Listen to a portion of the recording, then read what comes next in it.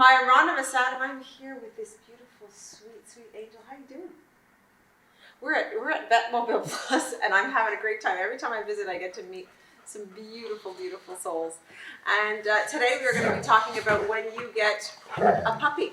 And Dr. Nosotti will be taking us through the steps and how do we crate train, how do we train outside, and things like that. So we've got the gang's all here. I'm going to, as typical COVID style, we are moving the camera right over to Christina and taking it off me in order to save distance. So Christina, how are you today? I'm good, thank you. How are you? Good.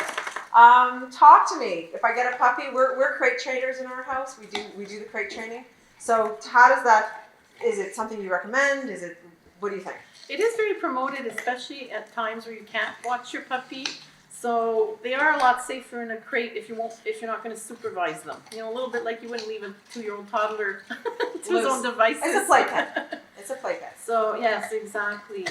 You know, so for that, I mean, you don't necessarily want to have them in for prolonged periods of time, but definitely a handy babysitter during the training process. You know, when you have an hour to go to the grocery, it's not an 8-hour day for work. No, that's it. No, ideally not. That's long for a puppy. And what do you think is the recommended amount of time? They say about an hour per month that they are, you know. But I I mean, see. there too.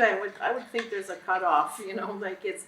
I mean, when you're training your puppy, I mean, that's recommended is to have some time off to be able to spend time with the puppy when you first bring them home.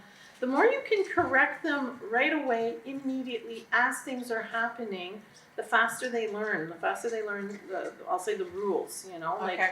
If they start making messes, but they don't get, I use the term corrected in a loose fashion, because I mean it's just about, I find for me it's about interrupting the bad behavior, right? And then you get them where you want them to be, and you reward them for doing what you want them to be doing. But if you're consistent and it's happening right away, and you're setting the rules straight right away, you don't have bad behaviors to correct. That's harder.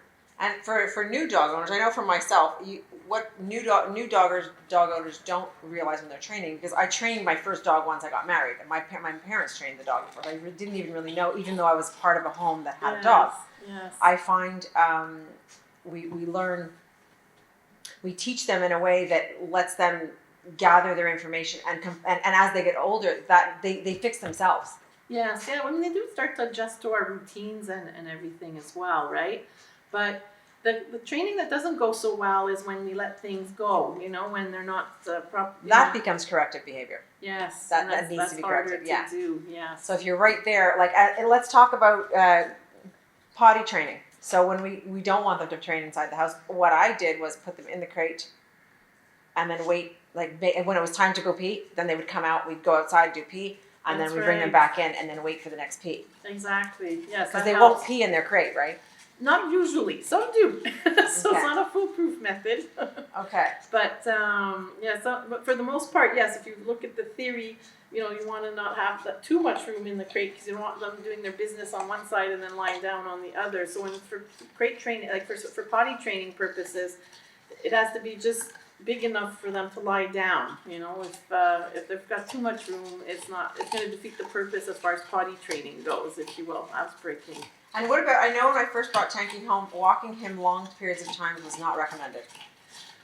No, I mean, you do want to follow their lead a little when they're younger. Like, you don't necessarily, and you can't go from 0 to 60 either. I'm not so stringent on that, as long as they're kind of, you see that their energy's good, they're enthusiastic. The minute you see they're losing enthusiasm following you definitely don't want to push them. I find it hard to put a specific time limit. But usually, like shorter, more frequent spurts of activity are more ideal. So bring a cart with you, or a wagon, and bring them Yes. home in that, or let them. I have a tendency to let them loose. I go to the dog parks with that when they're babies. Yeah, yes, because they do need to rest. Like babies, definitely taking a really young puppy and going out for a 1-hour walk or 2-hour walk is a bit much on the first go, or the first couple of weeks even. Okay, and then we work our way into it. Yes, yeah. All right, any other recommendations out there? We're starting our puppy. What kind of food do we, high protein puppy food, or? You definitely want puppy food. They really do need puppy food over adult or all stages. They do make some foods that are all stages. I have a preference for the puppy food. It's better balanced for the growing individual. And even ideally, if you find, looking at the AFCO statement is very important. It's an acronym, AAFCO, and when you see they've done feeding tests according to the AFCO standards, you're really onto a good food.